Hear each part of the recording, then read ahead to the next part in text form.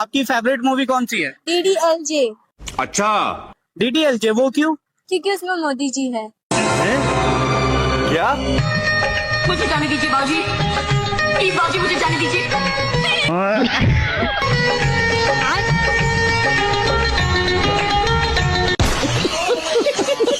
अच्छा, इस दुनिया का सबसे बड़ा सिंगर कौन है? मच्छर। मच्छर? वो कैसे?